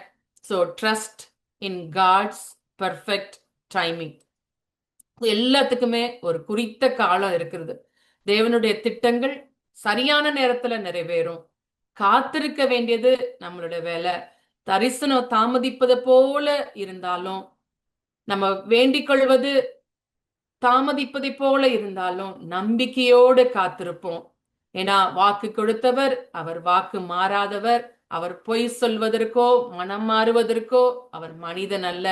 அவருடைய வாக்கு தத்தங்கள் எல்லாம் ஆமென்றும் ஆமேன் என்றும் இருக்கிறது. அந்த வாக்குகள் கட்டாயம் நம் வாழ்க்கையில நிறைவேறும். அது பொய் சொல்லாது. எனவே நம்பிக்கையோடு எல்லாரும் இந்த ஆண்டவருடைய உயர்த்துதலுக்காக, அவருடைய காலத்திற்காக நாம் காத்திருப்போம். அதற்கு பரிசுத்த ஆவியானவர் நம்ம ஒவ்வொருவருக்கும் பலத்தை கொடுத்து நம்மை விசுவாசத்திலே காத்துக்கொள்ள உதவி செய்வாராக. ஆமேன். நாம் அனைவரும் இப்பொழுது நம்முடைய தேவனாகிய கர்த்தரிடத்தில் நம்முடைய இருதயத்தை விண்ணப்பங்களோடும் ஸ்தோத்திரங்களோடும் ஏறெடுக்க கடவோம். அன்பின் பரலோக பிதாவே, இந்த அருமையான மாலை வேளைக்காய் நாங்கள் நன்றி செலுத்துகிறோம். ஆண்டவரே, இந்த நாளிலும் கர்த்தாவே, நாங்கள் கேட்ட ஆண்டவரே வசனங்களுக்காய் நாங்கள் ஸ்தோத்தரிக்கிறோம். ஆண்டவரே, ஆராதித்து துதித்து பாடினோமே, அதில் நீர் மகிமைப்பட்டீரே, அதற்காக உமக்கு நன்றி செலுத்துகிறோம். தேவரீர், நீர் உயர்ந்தவரும் பெரியவருமாய் இருக்கிறீர். சகலவற்றையும் அதனதின் காலத்துல நேர்த்தியாய் செய்கிற தேவனாய் இருக்கிறீர். அதற்காக நாங்கள் நமக்கு நன்றி செலுத்துகிறோம். ராஜாவே, நீரே பரலோகத்தின் ராஜாவானவர். எங்களுடைய காரியங்கள்லாம் கைக்கூடி வர பண்ணுகிறவர் நீர் மாத்திரம் தகப்பனே. அதற்காக நம்ம சோதரிக்கிறோம். ராஜா, நீர் நல்லவரும் தயை பெருத்தோருமாய் இருக்கிறீர், மகத்துவம் உள்ளவராய் இருக்கிறீர், மனதுருக்கத்திலும் மகத்துவம் உள்ளவராய் இருக்கிறீர். அதற்காக நாங்கள் நமக்கு நன்றி செலுத்துகிறோம். ஆண்டவரே, இப்பொழுதும் ஆண்டவரே எங்களை தாழ்த்தி உங்களுடைய சமூகத்திலே படைக்கிறோம். எங்களுடைய குற்றங்கள், குறைகள், அக்கிரமங்கள், மீறுதல்கள் எல்லாவற்றையும் தயவாய் எங்களுக்கு நீக்கி எங்களை பரிசுத்தப்படுத்துவீராக, எங்களுக்கு உணர்த்துவீராக. உமக்கு ஸ்தோத்திரம் தகப்பனே. எங்களை ஆராய்ந்து எங்கள் இதயத்தை அறிந்து கொள்ளும், எங்களை சோதித்து எங்கள் சிந்தனைகளை அறிந்து கொள்ளும். வேதனை உண்டாக்கும் வழி எங்களிடத்தில் உண்டோ என்று பார்த்து எங்களை நித்திய வழியில எங்களை நடத்துங்கப்பா. உமக்கு ஸ்தோத்திரம் அப்பா. இப்பொழுதும் எங்களை ஆண்டவரை தாழ்த்தி படைக்கிறோம். ஆண்டவரை ஜீவ பலியாக ஏற்றுக்கொள்வீராக. எங்களுடைய அக்கிரமங்கள், எங்களுடைய விண்ணப்பங்களுக்கும் எங்களுடைய ஜெபத்துக்கும் தடையாயிராதபடிக்கு எங்களை ஒரு விஷயம் கூட பரிசுப்படுத்துங்க ஆண்டவரே. என் மகா பெரியவரா இருக்கிறீர், உங்களுக்கு சித்தமானவைகள் எல்லாம் செய்கிறீர் ஆண்டவரே. வானம் பூமியும் எல்லாவற்றையும் படைத்து சிருஷ்டித்து உண்டாக்கினவர் ஆண்டவரே. உமக்கு ஸ்தோத்திரம், உமக்கு நன்றி, உமக்கு ஸ்தோத்திரங்க தாவே. அப்பா, இப்பொழுதுமாய் ஆண்டவரே எங்களுடைய ஜெப விண்ணப்பங்களுக்காக நம்முடைய சமூகத்துல வருகிறோம். இன்று கேட்ட வசனங்களின் படி கர்த்தாவே, அதன் காலத்திலே நேர்த்தியாய் செய்கிற தேவன். ஆண்டவரே, யோசேப்பினுடைய வாழ்க்கையில நீர் செய்த எல்லா அற்புதமான அதிசயமான காரியங்களுக்காக நாங்கள் நன்றி செலுத்துகிறோம். அவனுடைய வாழ்க்கையிலே முன் தீர்மானிக்கப்பட்ட எல்லா தரிசனங்களையும் ஏற்ற காலத்திலே நீர் குறிக்கப்பட்ட நாளிலே எல்லாவற்றையும் நிறைவேற்றினீரே, அதற்காக உமக்கு ஸ்தோத்திரம். அது வரைக்கும் ஆண்டவரே அவனை காத்திருக்கிற காலத்துல கர்த்தாவே, உம்முடைய வார்த்தைகள் அவனை புடமிட்டதே, அதற்காக உமக்கு ஸ்தோத்திரம். ஆண்டவரே, அநேகருக்கு அவன் ஆண்டவரே மிகவும் பிரயோஜனம் உள்ளவனாக, அனைவரையும் விசாரிக்கிறவனாக நீர் மாற்றினீரே, அதற்காக உமக்கு நன்றி ஆண்டவரே. பொல்லாப்புக்கு விலகி ஓடுகிறவனாக இருக்க வைத்தீரே, அதற்காக உமக்கு நன்றி அப்பா. ஆண்டவரே, யோசேப்பு கொடுத்த அந்த நல்ல குண நலன்களுக்காக, உடைய வசனம் அவனை புடமிட்டதுக்காக நாங்கள் நன்றி செலுத்துகிறோம். எங்களுடைய வாழ்க்கையிலும் கூட கர்த்தாவே, நீர் எங்களுக்கு குறித்தவைகளை ஏற்ற காலத்தில் நிறைவேற்றுவீர் என்று நாங்கள் விசுவாசிக்கிறோம். அது வரையும் கர்த்தாவே, நாங்கள் நம்முடைய பாதத்திலே காத்திருக்கிறவர்களாக, பரிசும் உள்ளவர்களாக, மற்றவர்களுக்கு பிரயோஜனம் உள்ளவர்களாக, உமக்கென்று வாழ்கிறவர்களாக எங்களை மாற்றுவீராக. ஆண்டவரே, உமக்கு ஸ்தோத்திரம். எப்பொழுதும் ஹோலி கிராஸ் பிரேயர் ஃபெலோஷிப்ல இருக்கிறதான அந்த குரூப்ல இருக்கிறதான ஒவ்வொருத்தருக்காக நாங்கள் ஜெபிக்கிறோம். ஒவ்வொருத்தருடைய ஆண்டவரே சிக்னஸ்க்காக ஜெபிக்க சொல்லி கேட்டிருக்கிறாங்களேப்பா, ஃபேமிலி பிரச்சனைக்காக கேட்டிருக்காங்கப்பா. ஒவ்வொருத்தருடைய விண்ணப்பங்களையும் நம்முடைய சமூகத்துல வைக்கிறோம். தேவரீர் தாமே கண்ணோக்கி பார்த்து, பரலோகத்திலிருந்து தேவன் எங்களுக்கு கண்ணோக்கி பார்க்க மட்டும் ஆண்டவரே அப்பா, எங்கள் கண்கள் நீராய் சொரிகிறது ஆண்டவரே. அப்பா, ஒவ்வொருத்தருடைய ஆண்டவரே மன ஏக்கங்கள், விருப்பங்கள், ஆண்டவரே ஏக்கம் எல்லாம் அறிந்த தேவன் அவளுடைய மன வாஞ்சையெல்லாம் நிறைவேற்றி அவளுக்கு பரிபூர்ண சௌக்கியம், ஆரோக்கியம், சமாதானம் உண்டாக செய்வீராக. ஆண்டவரே, சாட்சியாய் நிறுத்துவீராக. உமது நாமத்தின் மகிமைப்படுத்துவீராக. உமக்கு ஸ்தோத்திரம் ஆண்டவரே. அது போல ஆண்டவரே, குடும்பங்களுக்காய் நாங்கள் வருகிறோம். ஒவ்வொரு குடும்பத்தில் இருக்கிறதான ஆண்டவரே கணவன் மனைவிக்காய் நாங்கள் வருகிறோம். கர்த்தர் ஏற்படுத்தி கொடுத்த இந்த பந்தம் ஆண்டவரே அப்பா, முப்புரி நூல் சீக்கிரமாய் அறாது என்று வசனம் சொல்கிறதே, அப்படியாய் கர்த்தருடைய ஆவியானவர் அந்த குடும்பங்கள்ல நீர் அசைவாடும்படியா நாங்கள் ஜெபிக்கிறோம். எல்லா ஒழுங்கற்ற சீரற்ற தன்மைகளையும் கர்த்தர் நீக்கி போட்டு சமாதானத்தை உண்டு பண்ணுவீராக. ஆண்டவரே, இணக்கத்தை உண்டு பண்ணுவீராக. ஒருவருக்கொரு விட்டு கொடுத்து அன்பு கூர்ந்து ஆண்டவரே நம்முடைய பிரமாணத்தை நிறைவேற்றுகிறவர்களாய் காணப்பட உதவி செய்யுங்கப்பா. பிள்ளைகளை நம்முடைய கரங்களை ஒப்பு கொடுக்கிறோம். சிறு வயதிலிருந்து கர்த்தருக்கு பயப்படுகிற பயத்திலும் பெற்றோருக்கு கீழ்ப்படுகிறதிலும் பிள்ளைகள் வளர்ந்து பெருக உதவி செய்வீராக. எங்கள் பிள்ளைகள் யாரும் கர்த்தரால் போதிக்கப்பட்டிருப்பார்கள், அவருடைய சமாதானம் பெரிதா இருக்கும் என்று சொன்னீங்களே, அப்படியே கர்த்தாவே அப்பா அம்மாலே போதிக்கப்பட்டிருக்கணும் ஆண்டவரே. நம்முடைய வசனங்கள் பிள்ளைகளுடைய இதயத்தில் எழுதப்பட்டிருக்கணும் அப்பா. உதவி செய்யும்படியா நாங்கள் ஜெபிக்கிறோம் ஆண்டவரே. அப்பா, சிறு பிள்ளைகள் மேற்கொண்டு வாலிப பிள்ளைகள் வரைக்கும் நாங்கள் ஜெபிக்கிறோம். வாலிபன் தன் வழியை எதனால் சுத்தம் பண்ணுவான்? உமது வசனத்தின்படி தன்னை காத்துக் கொள்கிறதுனால் தானே கர்த்தா. அப்படியே கர்த்தாவே நீர் ஆளுகை செய்வீராக. எங்கள் பிள்ளைகளை, வாலிப பிள்ளைகளை நீர் ஆளுகை செய்வீராக. அவர்கள் ஆண்டவரே உம்முடைய கையில் இருக்கிற ஆண்டவரே அம்புகளுக்கு ஒப்பா இருக்கணும் கர்த்தாவே. அது வேற ஒருத்தர் கையில, ஆப்போசிட் கையில போயிடக்கூடாதுப்பா. சத்துருடைய கையில போயிடக்கூடாது ஆண்டவரே. நீரே இந்த பராக்கிரமசாலியா இருந்து பிள்ளைகளை எடுத்து பயன்படுத்துவீராக. அநேக ஆயிரங்களுக்கு ஆசீர்வாதமாக வைப்பீராக. வரப்போகிற அந்த ஜெனரேஷன் ஆண்டவரே கர்த்தருடைய தலைமுறை என்று சொல்லத்தக்கதாக உதவி செய்வீராக. உமக்கு நன்றி அப்பா, உமக்கு ஸ்தோத்திரம். அது போல கர்த்தாவே ஆண்டவரே, எங்களுடைய தலைவர்களுக்காய் நாங்கள் ஜெபிக்கிறோம். ஆண்டவரே, அதிகாரிகளுக்காய் நாங்கள் ஜெபிக்கிறோம். சமாதானம் உள்ளவர்களாய் நாங்கள் அந்த ஜீவனம் பண்ணும்படிக்கு அவளை ஏற்படுத்தி வைத்திருக்கிறீர்கள். அவளுடைய நன்மைக்காய் ஜெபிக்கிறோம், அவளுடைய ஜீவனுக்காய் ஜெபிக்கிறோம், அவளுடைய ஆசீர்வாதத்துக்காய் நாங்கள் ஜெபிக்கிறோம். கர்த்தர் பொறுப்படுத்தி நடத்துவீராக, ஞானத்தினால் நிரப்புவீராக. உமக்கு நன்றி அப்பா, உமக்கு நன்றி ஆண்டவரே. ஸ்தோத்திரிக்கிறோம் ஆண்டவரே. நடக்க போகிற எலெக்ஷன்ஸ்க்காக நாங்கள் நன்றி செலுத்துகிறோம். கர்த்தர் உன்னதமானவர் ஆண்டவரே. மனுஷனுடைய ராஜ்யங்களை உலாவி தமக்கு சித்தமானவனை அதற்கு அதிகாரியாக ஏற்படுத்துகிற தேவனாயிருக்கிறபடினாலே உமக்கு சித்தமானவரை ஆண்டவரே, எங்கள் நாட்டு நலனுக்காக, மக்களுடைய நலனுக்காக நீர் ஏற்படுத்தி தரப்போறதுக்காக எமக்கு சோதனம். எந்த கழகமும் இல்லாமல், எந்த பிரச்சனையும் இல்லாமல் நேர்த்தியாய் நடைபெறுவதற்கு, அந்த எலெக்ஷன்ஸ் நடைபெறுவதற்கு கர்த்தர் நீர் வழியை வாய்க்க பண்ணும்படியா நாங்கள் ஜெபிக்கிறோம் தகப்பனே. எம்மை சோதரிக்கிறோம் அப்பா. உமக்கு நன்றி, உமக்கு நன்றி, உமக்கு நன்றி, உமக்கு நன்றி தகப்பனே. அது போல மிடில் ஈஸ்ட் கண்ட்ரியில ஆண்டவரே இப்பொழுது நடந்து கொண்டிருக்கிற யுத்தத்துக்காக நாங்கள் நம்முடைய சமூகத்துல வருகிறோம் அப்பா. நீர்தாமே யுத்தங்களை ஓய பண்ணுகிற தேவன் என்று வசனம் சொல்லுகிறதே. ஈட்டியை முறித்து வில்லை ஒடிக்கிற தேவனா இருக்கிறீர் ஆண்டவரே. உமக்கு சோதரம் ஆண்டவரே. ராஜாக்களுடைய இருதயம் கர்த்தருடைய கைகளில் நீர்க்கால்களை போல இருக்கிறது, அதை தமக்கு சித்தமானபடியெல்லாம் திருப்புகிற தேவன் ஆண்டவரே. எத்தனை ஜனங்கள், எத்தனை ஆண்டவரே வளங்கள் அளிக்கப்படுகிறதே கர்த்தாவே அப்பா. எத்தனை பேர் ஆண்டவரே பயத்தோடும் நடுக்கத்தோடும் திகிலோடும் தங்கள் நாட்களை ஓட்டுகிறார்களே, கர்த்ததாமே ஒரு நல்ல சமாதானமான சூழ்நிலை கொண்டு வரும்படியாய் நாங்கள் செபிக்கிறோம் ஆண்டவரே. நீர் சொன்னபடியே நடந்தாலும் கர்த்தாவே, தெரிந்து கொள்ளப்பட்டவர்களின் நிமித்தமோ அந்த நாட்கள் குறைக்கப்படும் என்று சொன்ன அந்த வசனத்தின்படி நாங்கள் செபிக்கிறோம். அநேக ஜனங்களுடைய நன்மைக்காக கிருபைக்காக நீர் இறங்கும்படியாய் செபிக்கிறோம் ஆண்டவரே. மறுபடியும் யாரும் ஆண்டவரே இறந்து போகாதபடிக்கு கர்த்தர் பாதுகாத்துக் கொள்வீராக. அந்த தேசங்களில் இருக்கிற உம்முடைய பிள்ளைகள் நிமித்தம் அவர்களை நினைத்து ஆண்டவரே அந்த தேசத்தை நீர் காப்பாற்றும்படியாய், அவர்கள் இருக்கிற அந்த ஸ்தலங்களை நீர் காப்பாற்றும்படியாய், உம்முடைய அக்கினி மதிலாயிருந்து நீர் பாதுகாக்கும்படியாய் நாங்கள் செபிக்கிறோம் தகப்பனே. திருக்கரங்களை ஒப்பு கொடுக்கிறோம் ஆண்டவரே. சோதரிக்கிறோம் ஹோலிகிராஸ் காலேஜ்காய் நாங்கள் நம்முடைய சமூகத்தில் வருகிறோம் ஆண்டவரே. நீர் கொடுத்திருக்கிற அந்த இன்ஸ்டிடியூஷனுக்காக நன்றி ஆண்டவரே. சிஸ்டர்ஸ்க்காக ஸ்தோத்திரம், டீச்சர்ஸ்க்காக ஸ்தோத்திரம், நான் டீச்சிங் ஸ்டாஃப்ஸ்க்காக ஸ்தோத்திரம் ஆண்டவரே. அதில் நம்முடைய கிருபை இருக்கிறதுக்காக ஸ்தோத்திரம். அந்த அட்மினிஸ்ட்ரேஷன் லெவல்ல இருந்து கீழே இருக்கிற எல்லா சின்ன வேலை வரைக்கும் உள்ள எல்லார் மேலும் உடைய தெய்வீக கிருபை இருந்து ஆண்டவரே உடைய நாம மகிமைப்படும்படியாய் கர்த்தாவே வழிநடத்து வருவீராக. உமக்கு ஸ்தோத்திரம். ஒவ்வொரு பிள்ளைகளையும் ஆசீர்வதிப்பீராக. நல்ல உடல் சுகம் பலன் ஆரோக்கியம் கொடுத்து வழிநடத்துங்க. ஞானத்தினால் நிரப்புங்க அப்பா. அப்பா விசேஷமாக ஆண்டவரே இந்த 10th 12th எக்ஸாம்ஸ் எழுதி முடித்த ஒவ்வொரு பிள்ளைகளும் உடைய சமூகத்தில் ஒப்பு கொடுக்கிறோம். கர்த்தர் தாமே அவருடைய ஃபியூச்சர் எல்லாம் உடைய கரங்கள் இருக்கிறது ஆண்டவரே. நேர்த்தியாய் நடத்துகிற தேவன் தாமே அவருடைய சரியாய் நேர்த்தியாய் ஆண்டவரே உடைய பாதையில நடத்துவீராக. உமக்கு ஸ்தோத்திர ராஜா. இந்த கரங்களை தாழ்த்தி படைக்கிறோம். எல்லா துதி கனம் மகிமை ஒருவருக்கே எடுக்கிறோம். இயேசுவின் மூலம் செபிக்கிறோம் நல்ல பிதாவே, ஆமேன். என் ஆத்மாவே கர்த்தரை ஸ்தோத்திரி, என் முழுமே அவருடைய பரிசுத்த நாமத்தை ஸ்தோத்திரி. என் ஆத்மாவே கர்த்தரை ஸ்தோத்திரி, கர்த்தர் செய்த சகல உபகாரங்களை மறவாதே, ஆமேன்.